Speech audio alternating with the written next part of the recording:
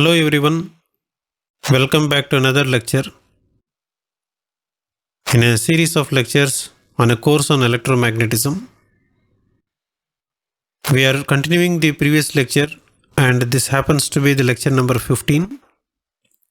Essentially what we are going to do in today's class is that we are interested to calculate how much energy is required in order to assemble a collection of point charges. And this is a direct connection to what we have done in the last class. So if you can refresh your memory, what we have done in the last class is that our main calculation was on the work done to bring a charge to a particular location. And essentially you have this particular equation. The work done on a charge is given by 1 divided by 4 pi epsilon 0 into small q into capital Q. Then you have multiplied by 1 divided by B minus 1 divided by A. So this is the same equation that we have been using for the last two classes. And especially in the last class we have discussed why we have to bring a charge from infinity. So in the last class you remember that we allowed this particular distance A to approach infinity. Essentially it means that in practice it means that you are trying to keep the charges far away from your laboratory, and to what distance far away means how far away is that practically it means that those charges should not affect your measurements in the laboratory. So basically you are doing experiments in the lab and you believe or you want to confirm or you want to make sure that any charges that are present in the surrounding should not disturb your measurements in the lab. In such a way, you make sure that other charges are located far away, and that is called practical infinity. Mathematical infinity is anyway a big number that cannot be written down and one cannot reach that. So therefore, practically this is possible that given an experimental situation, we can always find out by what distance the things to be moved far away so that there is no disturbance from that. That is called practical infinity. So once you fix the practical infinity for A, then 1 over infinity will go to 0, then only the first term 1 by B survives.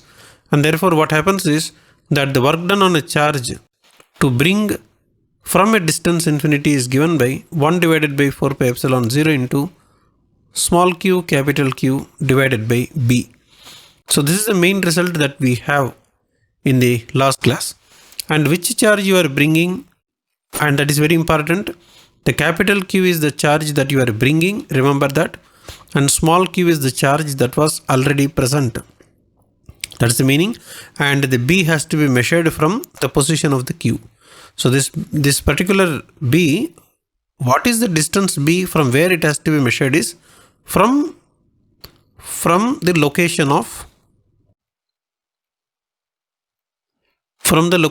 Q. So all these things are clear in your last class work, or especially if you have a diagram, you will be knowing all these things. So we have this particular line like this, and then we have here is the location Q, and I am interested to bring a capital Q here. So the distance between these two things, so let me write down like this. So in the diagram we can say that this would be the distance B. And especially we are interested to rename this particular symbol B to R. And then finally we have this expression W is equal to 1 divided by 4 pi epsilon 0 into Q capital Q divided by R, where the script R is the distance from the small charge Q. And this is the equation that we have done in the last class. And our main question that we were asking in the last class is, what is the reason to bring a charge from infinity? That is the question, and answer is clear.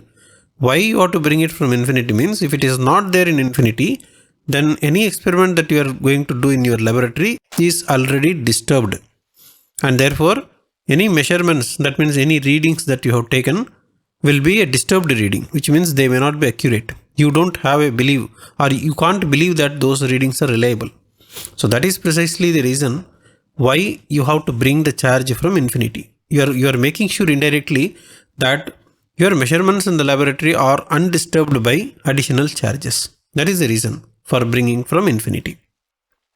Now that you have this particular equation W, what is the today's work is that we are interested to bring n number of charges. You remember that now we are bringing only one charge. So basically, what is the meaning of this capital Q coming here is that we are bringing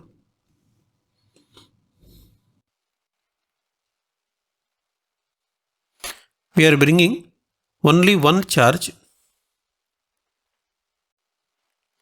capital Q, from infinity. And only one charge you brought, and then we have calculated the work done on the charge. That's what we have done. Now we are asking the question, suppose if you bring more number of charges, let us say you bring 25 charges. If you bring 25 charges, what would be the work done on those charges? That is the question. It looks simple, and you may also be tempted to say the answer that if W is the energy required to bring one charge, then 25 times W will be the energy required to bring 25 charge. Like that your mind will think. Sometimes it is possible to make this kind of a statement, but however, remember that's wrong. It doesn't work like that. Okay. For one charge, if it is W, to bring 5 charges, it is not 5 times W. It is not so. So the reason we are going to see quickly, and it is very clear, and of course, what is the reason we will be understanding as we go along. The primary reason being that all the charges cannot be kept at the same point. Okay, that is a primary reason. Very important reason is there is a script R here. The script R represents the distance of the charge capital Q. So already capital Q is occupied. If you are bringing second charge, third charge, fourth charge, where are you going to keep them? You can't keep at the same point. R. This is R. Okay. You are going to rename this as R. So B and R are identically same. So since this particular Q is already occupied here, it's already occupied. If I am going to bring a new charge Q1 or new charge capital Q2, etc., where will you keep them? You can't keep at this particular place because it is already occupied. So you have to keep at a different place. If you are going to keep at the different place, then the corresponding distances will be R1, R2, etc. And therefore, when you substitute R1, R2 in this formula, you cannot have a W. You will be having W1, W2, etc. So therefore, naturally, it is very clear that if you are going to bring 7 charges, 7 times W is not the answer. That is the primary reason. And in addition to that, secondary reason is that there is a multiplication Q times Q. So the magnitude of Q1 and Q2 may not be same. So in that case, you can't say 7 times Q. So you have to find out what is the work done for every time you have to do this, and then you have to add them for each one. This is the second reason. Third reason is there is a product here, Q times Q. So which means that this kind of a product clearly tells you that a pair is formed here. You can see that this gives you pair of charges. So why I am emphasizing the word pair of charges is that you are tempted to say that to bring one charge, the work done is W. If you are bringing one charge, I'll write down here. If it is one charge, the work done is W. If I am bringing 7 charges, you are tempted to say that 7 times W will be the work done. Okay, so why this cannot be wrong? So this particular thing that we have written here is wrong. So why it is wrong? The third reason is that this W depends on pair. Pair means the combination. The combination of small q and capital Q. If the combination changes, then W is not the value. You will get a different W. It is not the same W. So if it is not same W, you can't say 7 times W. So it is a different value for the work done, and therefore that has to be added up separately. And therefore this particular thing that you have written like simple multiplication is totally wrong. Okay, so having understood this idea, let us now calculate what is the total amount of energy required in order to assemble n number of charges. So let me write down the title.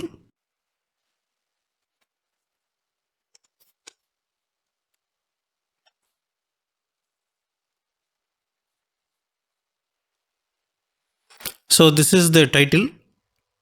What is the energy required to assemble n number of charges which are kept at locations r1, r2, r3, up to rn. So that is the question. This question can be framed in a different style. Instead of asking what is the energy required, you can also ask the question, what is the total work done on the system?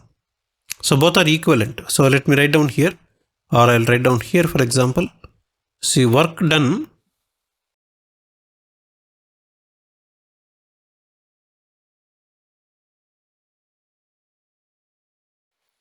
So what is the work done on a system of? The system of is what is known as n number of here. Okay, a system can consist of only one charge. A system can consist of only 5 charges, or there can be 10,000 charges. So that doesn't matter. So one system you are going to define, and therefore in the left side we have written n number of charges. On the right side we have written in equivalent English sentence system of charges. When you are talking about the system of charges, we are also making sure of certain thing that the charges are point charges, which means I am not going to bring a charge of the size of football. That big sizes we are not bringing. We have already seen the reason why it is so.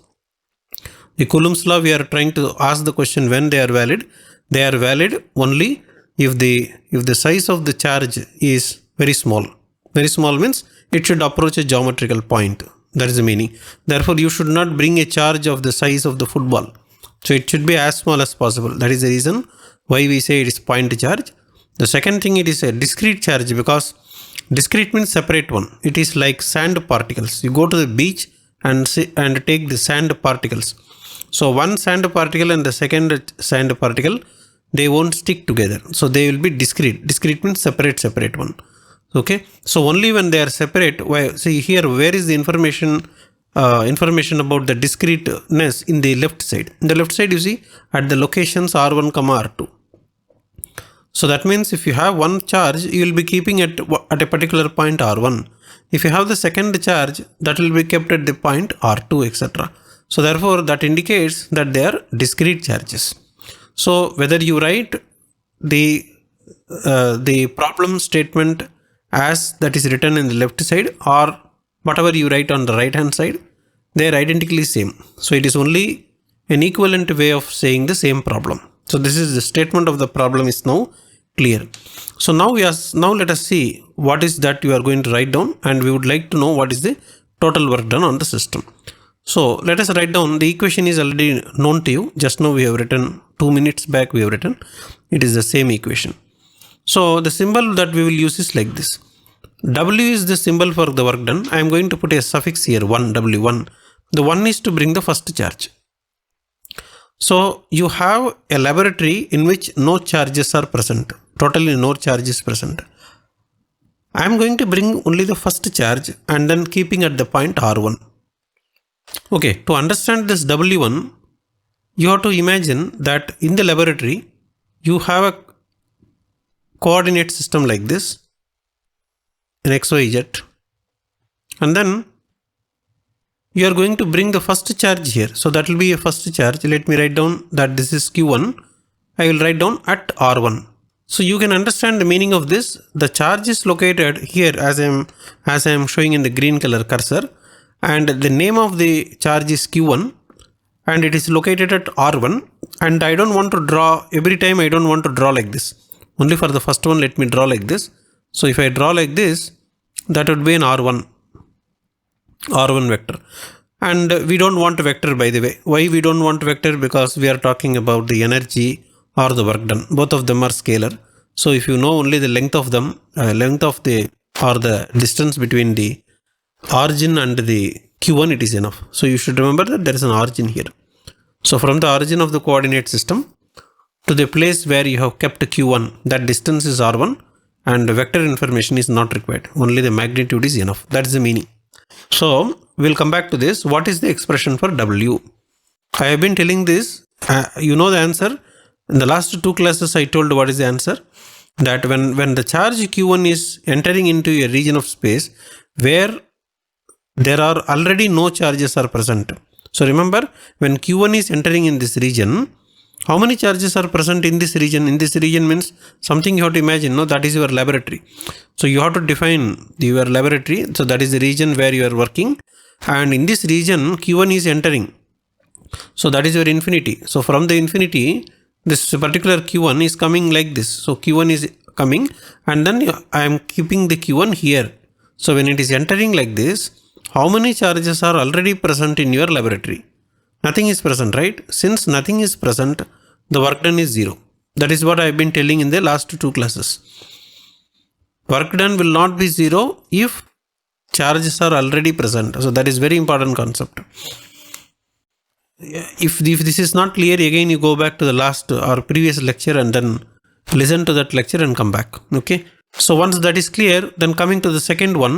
Now what I am going to do is I am going to bring the second charge. So now same infinity. From the same infinity, I will bring a second charge whose magnitude is Q2 and it is entering into this region, and probably you can keep it wherever you like. For example, I will show here. So this is the Q2 and the position of this Q2 is, I will say that this is R2, which means that if I will not draw this, but suppose if you are going to draw a line from origin to the R2, that particular distance will be R2. So you have kept like this. If you are going to keep like this, how much amount of the work that you have to do? Now it is not 0. Why it is not 0? Because when Q2 is entering, remember that when Q2 is entering, Q1 is already present. Therefore, there is an electric field which is already present because of the Q1. So in presence of the electric field, Q2 is entering. Because of that reason, now the work done is not equal to 0. So there will be some work done, and therefore the expression is quite familiar expression, which is 1 divided by 4 pi epsilon 0 into the charge that was already present is Q1, the charge that is currently entering is Q2, and therefore the pair becomes Q1 Q2, and then the distance between Q1 and Q2 will be written as script R12. So this is very important. In what way we are writing? It is exactly the same equation. Let me just go back in our board, and that is exactly the same. You can see here. So whenever you have the work done here, there should be a pair of charge. You remember when you are writing a W1 here, only Q1 is coming into picture. It is entering here. At that time, no other charges were present. Therefore, the pair is absent. Since there is no pair in your laboratory, therefore this is 0. That's the first reason. When the second charge is entering into the laboratory, then already Q1 is present. So that is your first charge. This capital Q is the charge that is entering. The charge that is entering is small q2. And what is the small r here? Small r here is the distance between the previous charge and the present charge. Small q is the previous charge. Previous charge means the charge that is already present. Capital Q means the charge that is currently entering. What is the distance between that? That is what is represented by the script R. If it is not clear, again you go back. Everything I explained 2 minutes back. Here you see, instead of R we have a B. So the B has to be measured from the location of Q. From the location of Q means from the location of the previously existing or already existing charge. So this diagram, that is why I have been telling that this diagram is very important. From this diagram only we have this understanding. And once this understanding is clear, now we can write down what is the work done to bring every charge inside. So now what happened? Now how many charges did you bring inside the lab? We have brought 2. The one is the Q1, the second one is the Q2. Okay, so this is clear. Now what we will do, we will bring another charge now. Let us bring another charge Q3. So let us say that there is a Q3 here. Again, this is infinity only.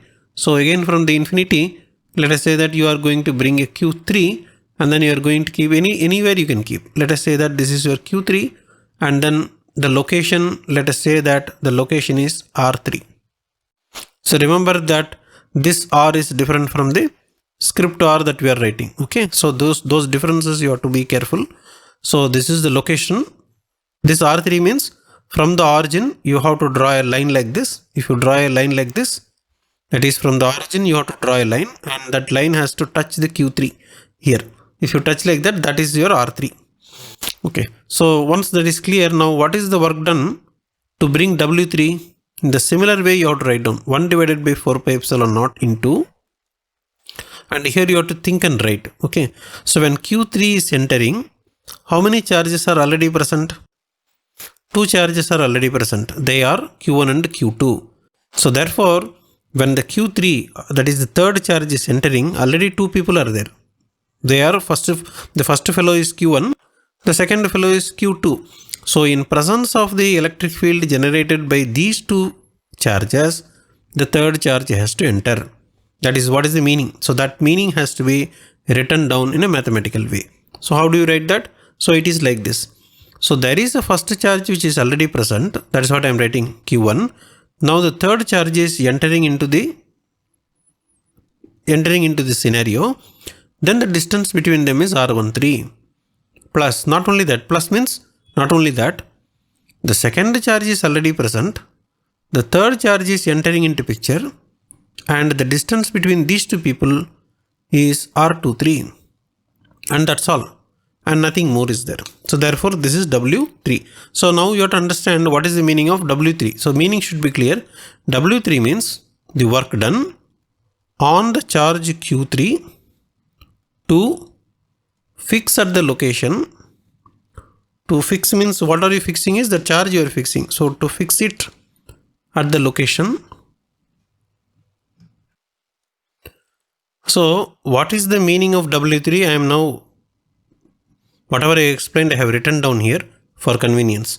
So W3 represent work done on the charge Q3 in order to fix it. Fix it means, you should remember that fixing is the word that we are using. That means when the Q3 comes, you have to, then there is a green color cursor, right? So that is a place where I have put a dot.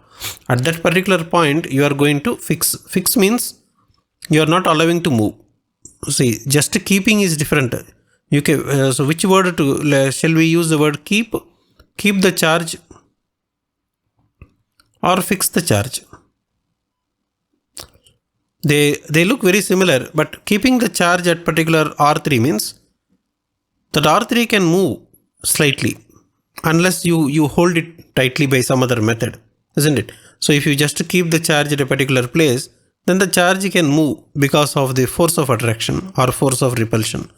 Whenever 2-3 charges are present, you remember that there is always a force of attraction or repulsion between the charges.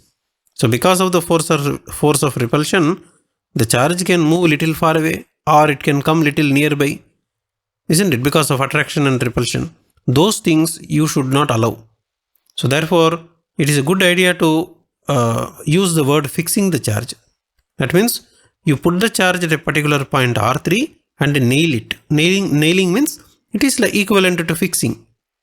So that you don't allow the charge Q3 to move. Similarly, when you are fixing Q2, you have to do the same thing. Q2 is fixed at the particular R2. Fixed means you are not going to allow the charge Q2 to move for any reason. Similarly, Q1. So therefore, you should remember that these charges are fixed or held fixed at those positions. If you are allowing to move them, then you can't do the calculation, because you keep the charge at Q2 and release your hand, then it will slightly move and go a little bit away, or it can go nearby because the forces are involved between Q1 and Q2. Okay, so those things should not happen. Otherwise, everything will change here. R13, R23 will change. So that is why I am using the word fix. Okay, that is important. So this is the expression for work done on charge Q3. W2 means work done on charge Q2. W1 means work done on charge Q1. So every time when you bring the charge, you are going to do some amount of work. Now only you brought 3 charges. But what is our aim? Our aim is that suppose if you are going to bring n number of charges. N number of charges means it can be 93 charge or 343 charge or 10,000 charge. Any number. N could be any number. Therefore, how are you going to deal with the situation? So how will you write if there are more number of charges are there? So let us write down once again one more expression if we are going to bring the 4th charge, and then we will see how we are going to deal with n number of charges. So now you can tell what is the expression for the W4. Now if the 4th charge is coming into picture, then what will be the energy required? It is 1 divided by 4 pi epsilon naught into, the writing the equation is quite simple. So I am explaining and writing down, so you follow this. When the fourth charge is entering into picture, the first charge is already present. See, yes, first charge is already present. Fourth charge is entering. The distance between them is R14. Not only that, that is why it's plus. Plus means not only that. Second charge is already present. Fourth charge is entering. Distance between them is R24. Not only that, third charge is already present. Fourth charge is entering. And the distance between them is R34. That's all. You can't put a plus further because there is nothing more is present. After that only Q4. So therefore, this would be the work done on the charge 4. As you can see, W3 is not equal to W4 because you see 2 terms are there, here 3 terms are there. So like this, now if the fifth charge enters into picture, you know how to write. If the sixth charge is present in the system, then what will happen? You can write. So if you can understand what is actually happening in the system, then you can fill this place. Let us not write them, but you can easily understand that we can always write equations like this. I am putting dash because in that place you can write down the equation. When the fifth charge, sixth charge comes, etc.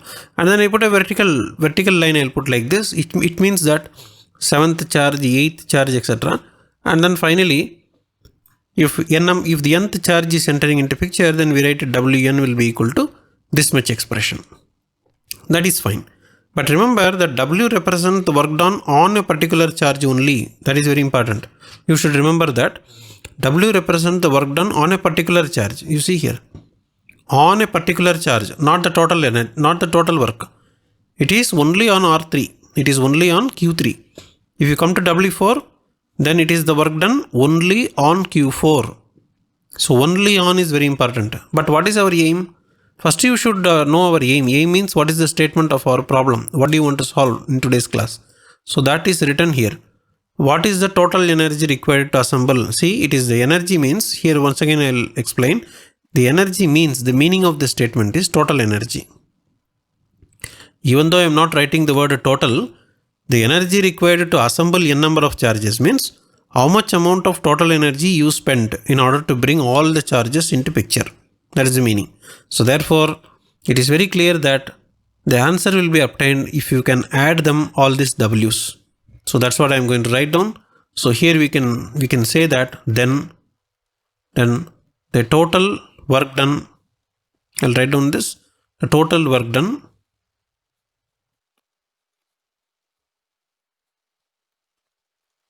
So this is what I have written. If W1, W2, etc. are given by the expressions that is written down in the previous board, then the total work done on the system of charges Q1, Q2, etc. Qn, oh sorry, this is n actually, Qn.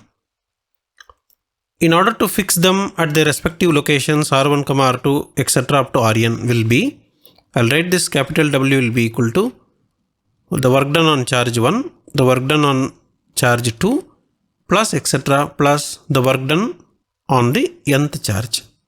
That's what you have to add. Now interestingly, you have to remember one thing. Okay, adding is, it looks very simple that you have to add. But do you have expression for Wn? So here the last we have written Wn here. Where is Wn? That Wn is written here. So this is Wn and we have written empty. We have not written down the equation. And if Wn is empty, what about the previous one? The previous expression, if it is n, if n can be say 900, if 900 is empty, then 899th also you don't have the equation. Similarly, 6th charge also you don't have. What is the energy for the 5th charge also you have not written. So what all we have written is only the energy required to put the 4th charge only you have written. So only from that you are going to extract. So the advantage is that instead of writing everything, we are going to see what kind of pattern is coming, so that you can extract and understand what is happening to the terms and then quickly write down what is the total energy. So that is what we are going to do rather than writing all the n of them. So let us now write down what are the expressions. The first energy is 0, right? So you have them, right? As I am writing here, you are also writing down in your class notes. You are writing. If you are not writing, yeah, that's different. If you are only going to see this particular lecture like a movie, then there is not much use for you. Okay. So therefore the W1 is the 0, that is the energy required to bring the first charge is 0. Energy required to bring the second charge would be 1 divided by 4 pi epsilon 0. That being a common term, I will not put this every time. So 1 divided by 4 pi epsilon 0 is something common. So I will put it a common like this. And for the second term, you remember what did you write? Q1 Q2 divided by R12. That's what we have written. Then plus, what about W3? For W3 also, there is a 1 by 4 pi epsilon 0. So that part, let it be there outside the bracket. Then we will be having these two terms. So how many terms are there for W3? So we have a first charge present, third charge is entering. Then you have an R13 plus second charge is already present, third charge is entering. Then the distance is R23 and that's all over. It is the energy required to bring the third charge plus what is the energy required to bring the fourth charge? First charge is already present, fourth charge is entering, R14 plus second charge is already present, fourth charge is entering, R24 plus third charge is already present, fourth charge is entering, the distance is R34. That's all. That is the energy for bringing the third charge plus the energy to bring the fifth charge we are not going to write. We are again putting ... That means so many of similar terms that we are going to add plus and the last term that you have to add, that is a Wn. And if you add all of them, that will represent the total work done W. And that's all. So that is a total energy. Now interestingly, we do not know these terms. Okay, so this is the last one. This one is corresponding to the nth charge and this is in between charges. We have not written anything. Even without writing them, we are going to simplify this equation. So that is something interesting. So that is what you are going to note down. So how we are going to do this summation here, because plus is there. Now interestingly, you have to understand what is happening to the terms, then you can easily add them. So remember that this total W is you are going to assemble how many charges that we have written. So right now, even though you have put a dot here, you don't have any terms here. So whatever you have written here, this W is, suppose, let me write down here, for 4 charges.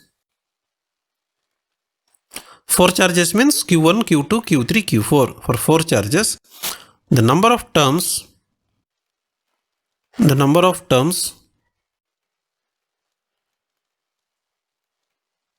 in the above equation or in the above expression is, you just count how many number of terms are there. Anyway, the first term is always 0, so leave it. How many terms are there? This is the 1. 1, 2, 3, 4, 5, 6. So is 6. So if you are going to bring 4 charges, Q1, Q2, Q3, Q4, then the number of terms in your expression will be 6. So if you are going to have 5 charges, how many terms will be there? If you are going to bring 24 charges, how many terms will be there in the expression? So if you can imagine what is going to happen, then you can think about if there are n number of charges are present in the system, then how many terms will be there in the expression? That is what is this one. So that is the idea that we are going to, that will come here. Even though we are not writing them here, this particular analysis, this particular analysis means the way in which we are going to extract the information is very interesting, that using this concept, if 4 charges is giving 6 of them, 24 charges will give how many? Like that you can ask the question. So the interesting thing that we are going to observe is the following. This is our observation. What is the observation you see? Every time, you remember that the energy term, these things are energy terms or work done. Okay, terms corresponding to the work done. Every term will have a pair. So this is a pair. Pair means 1, 2 pair. This is a 1, 3 pair. 1, 3 pair means Q1, Q3, Q2, Q3. So each one is a pair. So you ask the question, how many pairs are there? How many pairs are there, or how many pairs are possible if we have 4 objects? Let us call the object as A, B, C and D. Forget about the charges and other things. We have 4 objects. It can be ball, small balls you have. You put the label A, B, C, D. So you have 4 different balls. You are going to pair them. That means you simply consider 2 at a time and then you make a combination. And how many of them are possible? That's what you're going to think. Okay. If you think this, what is possible you see? You take the A, object A. Okay. Take the object A and then pair it with B. So A and B is forming one pair. Similarly, the ball A with a ball C will form a pair. Similarly, A with D will form one pair. Can you write A with A? A with A cannot be a pair. So this is not acceptable. You don't have 2 A. Only one A only you have. Okay, there is one ball with a label A. Therefore, it is not possible to make such a pair. So A with A combination is not possible. So we'll delete that. So this is the only possible combination that is possible with respect to A. Now you have done your experiment with the A. You repeat the same experiment with B. Then what happens? I take B and then I will pair with A. I take B and then I pair with C. I take B and pair with D. Similarly, you can repeat this with reference to C. C with A, C with B and C with D. And finally, you take D and repeat the experiment. I can take D with A, D with B, D with C. Nothing more is possible. So is this clear? So these are the only possibilities in which you can pair them up. But then you can ask the question whether the pair AB, so let me show here. There is a pair AB, there is a pair BA. Are they identically same or whether they are different? Isn't it? You can consider like this. A is husband, B is wife means. Then whether A and B is standing like this or whether the wife stands first and husband stands later, that pair is the same pair.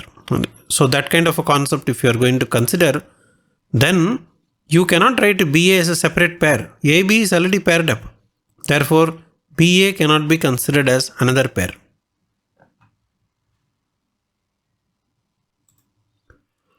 And therefore, we will remove this. So BA is removed. Similarly, think about any other thing is possible to remove also. So think about AC. There is a AC, there is a CA. Therefore, I will remove this. And what about BC? So BC is not there. BD is not there. Come to CB. CB and BC are same. So once again I will remove this. There is a CD. So CD is there here. It is not there. Then come to DA. DA is already there. It is there here. AD is there. So therefore this DA can be removed. What about the DB? DB is same as BD. So therefore I will remove the DB. And finally you have a DC. DC is same as CD. So I will remove this. So after removing, how many removed you see? How many pairs did you remove? That is yellow color I striked out. No, how many are there? 1, 2, 3, 4, 5, 6. So removed is 6. So after removing, finally we are left out with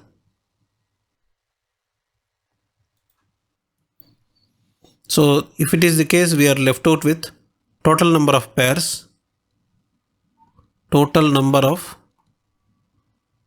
pairs equal to 6. So removed is also 6. Total number of pairs is also 6. And remember that if you are going to have 4 objects, this is important. For 4 objects, this is the situation. If you have 5 objects, then similarly you have to do the calculation. So this is how you understand. So now our conclusion is this. Now what is interesting is that you got a 6 here. 6 means 6 number of pairs. You see how many terms are there in the equation for the work done. First term 1, 2, 3, 4, 5, 6. Since there are 6 terms are there and you brought 4 charges into picture. So remember that whatever we have written here, so that corresponds to W4. W4 means you are bringing the 4th charge inside. That means 3 charges are already there. So totally you assembled 4 charges. So when you are assembling 4 charges, your equation says that there are 6 terms are present. 6 terms are present. So our understanding becomes better from this particular analysis, that whenever you are going to have 4 objects and if you are going to make pairs, automatically 6 pairs will come. If it is the case, you can easily extend your understanding that if you are going to have 27 objects, how many pairs can be formed. So the same analysis can be done once again by keeping 27 objects.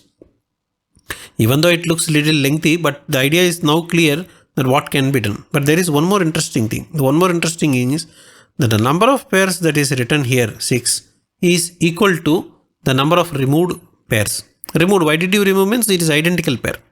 Basically it is the same pair, it is coming in the other way. AB becomes BA.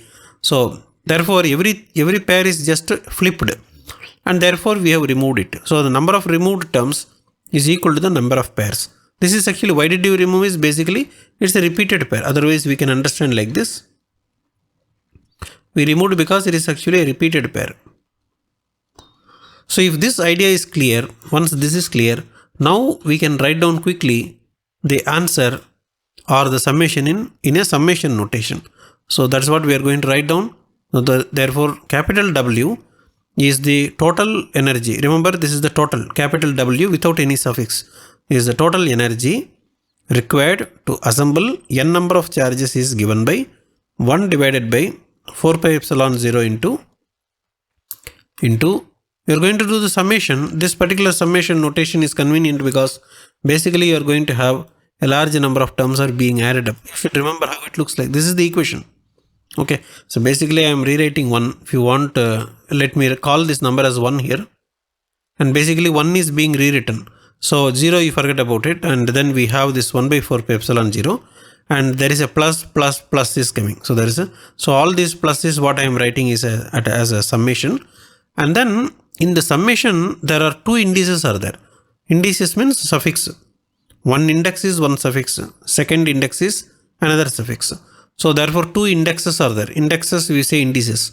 So the 2 indices Q1 and Q2 we have to give an appropriate symbol. So that symbol we will say I comma j. Okay, something like in a matrix you say that ith row, jth column. So whenever you have 2 of them, automatically one I and one j is required to represent. So therefore let me remember that this is your equation number 1. So basically now what we are doing is we are now rewriting the equation number 1. So that point I will write down here. We are basically rewriting equation number 1. We will be having the following. That means there is a summation, and let us use I and j as the suffix. So you will be having the first charge, second charge, etc. up to capital N number of charges. And remember that this ith charge, I equal to 1 means first charge, I equal to 2 means second charge, like that. That is called ith charge. So the ith charge has to be paired up with the jth charge. Jth charge means another charge. Let us say that the first charge is paired up with the 7th charge. So that is called j. So we will write down that j, how the j is formed here. That is where is the interesting point. This is what you have to write down. When I is fixed to be 1, remember what is I equal to 1? This is called I equal to 1. I equal to 1 means if you are going to consider A, everywhere A is there, see. Everywhere A is there. This is called I equal to 1. So this entire thing, whatever we have written, is equivalent to, I will say equivalent to I equal to 1. So once I equal to 1 is clear, then what is this B? B corresponds to J. So B corresponds to J means, what should be the value for j? Is this point clear? Whether j greater than I? You should understand that how j is greater. You should remember what is the meaning. J greater than I. What is the meaning? The meaning is j is B. This is the B. This is your j. So j is B. I is A. So the meaning is that if the first column is A, the second column should be greater than that. Greater than that means next object. Still greater than means next to next object. That is the meaning. So if this is Q1, Q2, Q3, Q4, if these are the charges like A, B, C, D, then basically B means take the second charge. C means take the third charge. D means take the fourth charge. That is the meaning. you cannot take A with A. So I is equal to J, I is equal to J, such a combination is not possible. Why it is not possible means, if this combination is, the meaning is AA. AA means what? AA means the first charge with the first charge. You can't have a first charge with the first charge combination. There is only one charge Q1. So you can't make such a combination. That is the reason why we are writing J should be greater than I. That's what I have written here. You see this? That is the meaning of this.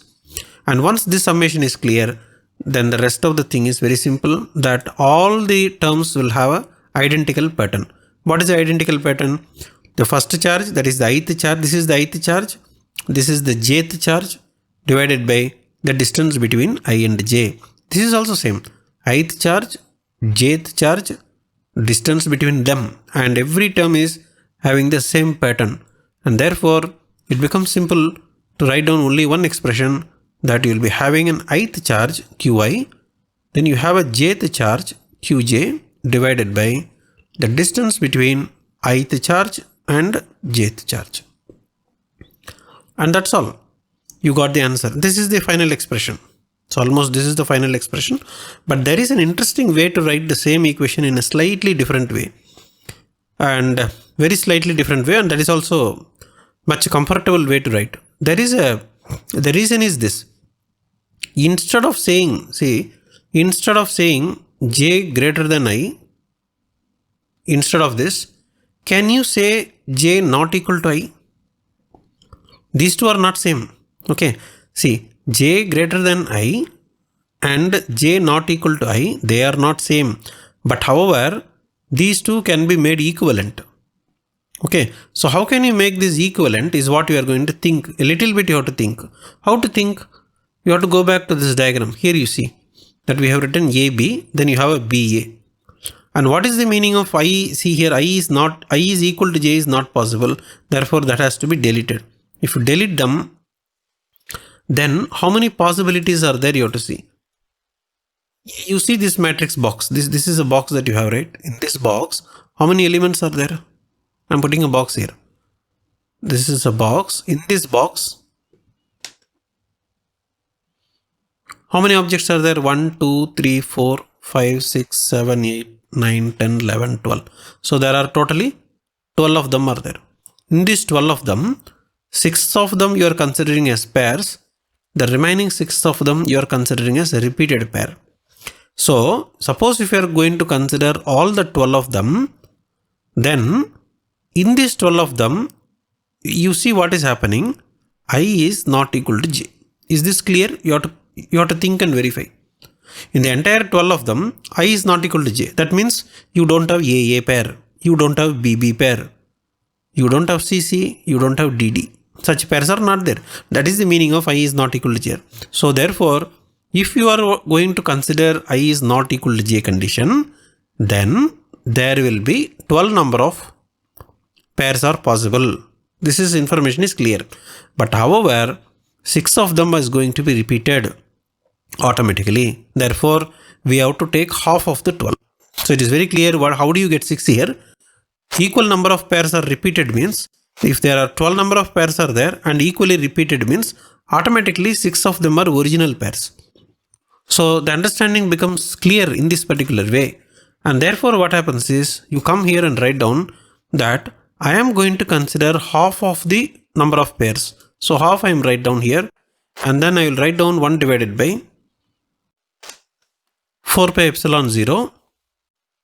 Then the remaining thing is same, namely that you write down that summation I is equal to 1 to capital N number of charges, and the summation corresponding to j can be written down in a comfortable way, that j is not equal to I.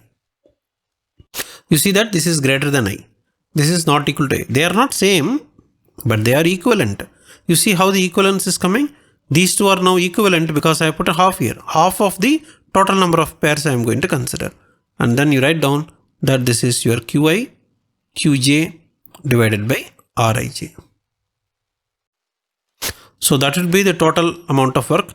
Of course, 1 by 2 you can multiply and then write down 1 by 8 pi epsilon 0. That's all about it. So we got the final answer that the total energy required to assemble n number of charges is given by this double summation. Why do you prefer the last version, namely an half percent there is? So why do you want to prefer the last version containing 1 by 2 here is that it is easy to count the pair. It is easy to count the pair. Once you finish the counting easily and then make half of that. That means you divide it into 2, isn't it? Let me go back and show here. See here, what did you do? You have to verify whether AB is present already like that. Then you have to search in the entire table. In the 12 elements you have to search. Then you discover that, oh, there is a BA here. Then you cancel it. Similarly, when a DA was there, you have to search whether AD is present. You search here. And then here it is AD is present, then you cancel. It takes more time. So what is the point that we are explaining is, don't cancel anything. You simply write down the table, forget about cancelling, and simply count how many elements are there. That many element you write down like 12 and then simply divide by 2, because you already know that you are going to repeat the number of pair. So that is the concept. That concept is better than saying that you have to consider only unrepeated pair. Unrepeated pair means you have to cancel them. This yellow color that cancellation becomes difficult when you have more number of pair. Suppose if you have 27 charges, if this table will become very big, and then in that big table you have to search how many pairs are repeated. No, that is more difficult. Instead of that, don't search anything whether repeated or don't search anything. Simply count how many elements are there in your table.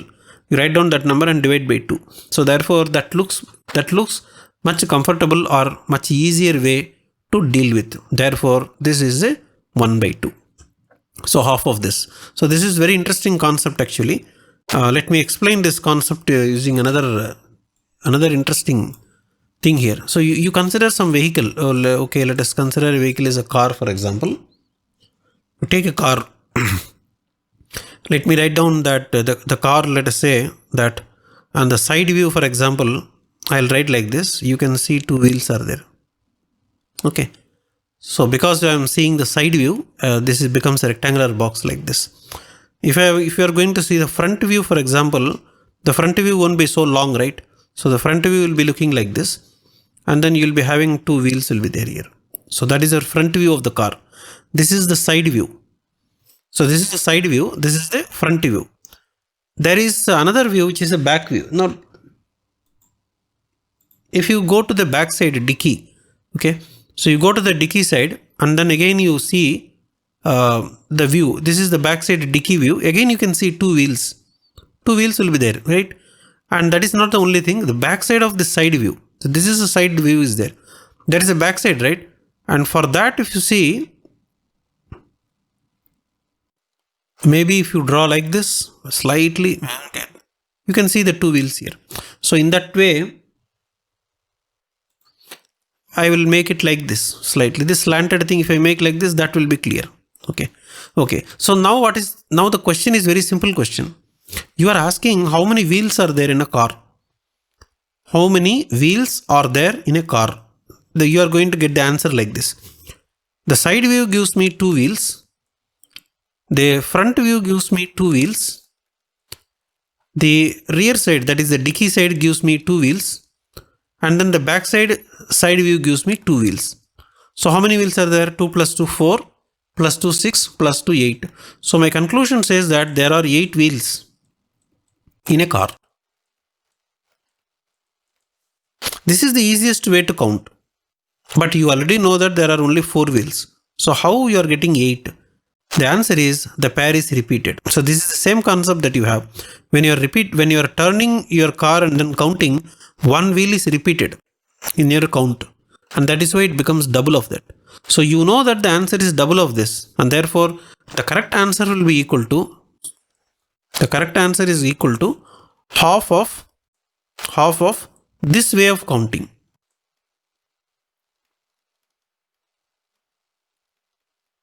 So this is the very important point. This way of counting is what we say the easy way of counting. Okay, so the same idea is what we are going to use here. This way of counting means counting the number of pair is very easy without putting this yellow color strike. So you don't find out which is repeated and then strike it off. So that is a little bit difficult and cumbersome. Don't do that. Simply count how many pairs are there and then you divide it by 2. That is called the method of counting. That is the easy way of counting. And once you finish this, you for that reason only this 1 by 2 comes. Remember that for that reason this comes, and you should remember that this is not equal to I. So this is very important. Here you cannot write j greater than I. Okay, so j greater than I is there in the previous line. So when j greater than I is there, this one, the half should not come. 1 by 2 will not come. So that point and all you have to be careful. And this method of summation or counting is known as the Einstein method of counting. Okay, Einstein summation convention. So frequently this kind of method will be used in the summation. So half will come in many places. So you have to be careful. And whenever half comes here, there should be not equal to I. If there is a greater than, half will not come. Okay, so this is our answer now, or this is our conclusion. The total amount of the work done on a system of charges containing n number of charges is given by this summation. It looks a little bit complicated. It's only looking like that. But if you take a numerical problem and solve it, you will understand how the summation really works. So that's what we are going to do now. We will take an example problem and then we will solve it. We will take numbers and substitute and then solve this and then calculate what is the total work done. That we will do now.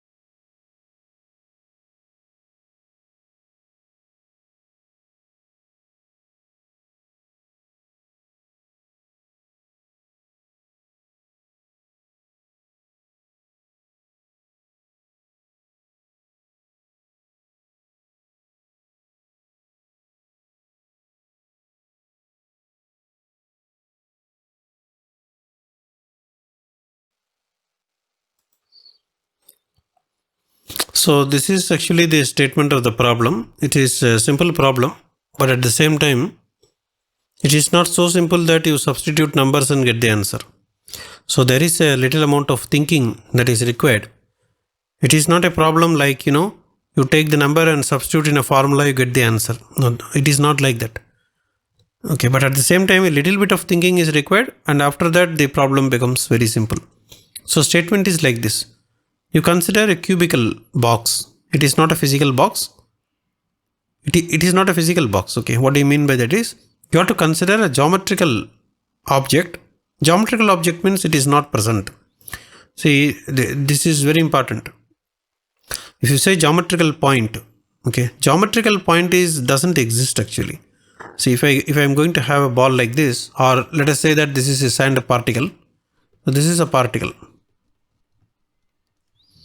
You can take a sand particle as a small sized one or a larger object like ball. That is okay, but it will occupy some space. This is called a particle. But if you put a dot like this and say that this is a geometrical point x comma y, if you are going to say like that, then such a point doesn't occupy any space. You can't see a point. Okay, you cannot visualize it. So there is a location. It actually tells you the location. So you should remember this distinction between a mathematical object and physical object. Mathematical object is that you'll have to visualize that there exists a triangle, there exists a point, etc. If you want to visualize a triangle itself, then you have to bring an object of that kind. You take a paper and cut in the form of a triangle, then you can see a triangular object. If you say triangle itself won't be visible. That is a mathematical object. So this distinction should be clear. So what you are now considering is, you consider a cube. Cube means not a physical cube. We are not considering any box made up of wooden material or using a metallic cube. None of them, not like that. So if you are going to consider something like that, then it will be confusing. So therefore, you have to imagine that geometrical object is present, which means that what do you mean by geometrical object is, by that you mean that there are 8 corners are there. So immediately you can understand that there are 8 corners are there, 12 sides are there, and then there is one body center. All these things will enter into your picture. The geometry has to enter into picture. And also you remember that the distance, or we say that the side will be identically same. That is, this distance that you have A is identically same as the vertical one. That is the meaning of a cube. So these things will enter into picture when we say geometrical object. Once again, I'll tell you, this is not a physical object. You don't have a cube, okay, so that you can hold it in your hand. It is not a cube like that. It is a geometrical cube. So now you first consider a cube like that, and then bring 8 negative charges. So here it is written, you bring 8 number of negative charges. Let us say negative charge means minus E. Let us say that. Then 8 of them, why do you want to bring, is because cube has 8 sides. So, and then you bring and then keep it here. So in each one of the corners, remember 8 of them are corners. So there are 8 corners are there for a cube. So you keep, on each corner you keep one of this negative charge. So let me write down that the negative charge is minus E for comfortable. We can write down without using the symbol Q, because Q is an arbitrarily, any charge can be there. If you fix E, it means exactly one electronic charge. Okay, that is an advantage of writing E here, and therefore all of them are identical. Therefore we can write down minus E everywhere. So at each one of the corners, on all the corners, you are going to keep a minus E charge. So that is what is the statement of the problem. And not only that, together with, here it is there, together with a positive charge. Okay, the value is not shown, so the charge is a positive charge is 2E, plus 2E I will write down in the diagram. So it is written as shown in the figure is given. So I will show the positive charge. It is present at the body center of the cube. So the body center will be probably somewhere here. So let me show something like this, body center, and the value is plus 2E. It is a positive charge. Remember that this must be a body center. So I will write this BODY. This point should be clear, right? If you have a square, this is a center. So this center is known as face center. It's known as the face center. If you take a cube is a 3-dimensional object. How many faces are there? So you have a top face, you have a bottom face, you have a left face, and then you have a right side face. And similarly, front and back. So therefore, you have to distinguish between the face center and body center. Face center means each face, top face you take, that is center. So for example, this one. Similarly, come to the side face and then take a center. So those centers are known as the face centers. But the problem is, now we are in our problem, the positive charge plus 2E is kept at the body center of the cube. So it is shown in the diagram. Okay, what is the meaning of this? The meaning is very clear, that how many charges are there now totally? 8 charges are there with a minus E, and 1 charge is there with a value of plus 2E. So total number of charges present in the system is 9. So therefore, basically we are asking the question, what is the potential energy? That's the question. Potential energy means work done. How much amount of the work that is being done on the system, that is known as the energy of the system, and that is also known as the potential energy of the system. Because as we have discussed just now, we are fixing the charges. That is very important. If you are going to fix the charges, it means that the charges are not moving. When the charges are not moving, there is no kinetic energy. Any energy that is present in the system is purely potential. Therefore, work done is energy, and that energy is also potential because everything is fixed at a particular location. So this is the concept. So basically you are bringing the first charge. This is the first charge. Let me show here. So let us bring that this is your first charge and bringing in this corner. You are bringing from infinity. Remember that. And you are bringing the second charge and keeping it here. And once again this charge is also coming from infinity. Then you bring the third charge here, bring it from infinity and keep it here. Fourth charge you keep it here. Like this you do 9 charges, you do like this. Then The problem, this is the statement of the problem is that calculate W1 plus, W2 plus, W3 plus, etc. and you are going to have 9 charges. This is the meaning. So the meaning of the problem is find out this particular value W1 plus, W2 plus, etc. up to W9. So whatever formula that we have obtained, now I will not say it is a formula, I will say that it is an expression that we have derived based on the idea that we are bringing n number of charges and assembling them. You assemble in order to bring them at a particular location. So remember that you don't have a cubical object. Object is not, there is no cubical object. That there is a straight line joining this minus e to plus e. You don't have any wire. You don't have any rod. Nothing is there. The cube is drawn in order to visualize. The location, x comma y comma z location is there here. So in order to visualize that, this particular cube is drawn. Are you able to understand what do you mean by visualization? Visualization means if I am going to have plus 2e charge, where am I keeping? I am keeping at the body center. So you have to consider that the coordinates of the body center is 0, 0, 0. That is called visualization. It is kept at the mathematical coordinates 0, 0, 0. Therefore, what will be the location of this minus e? What will be the location of this minus e? Those things you have to fill out.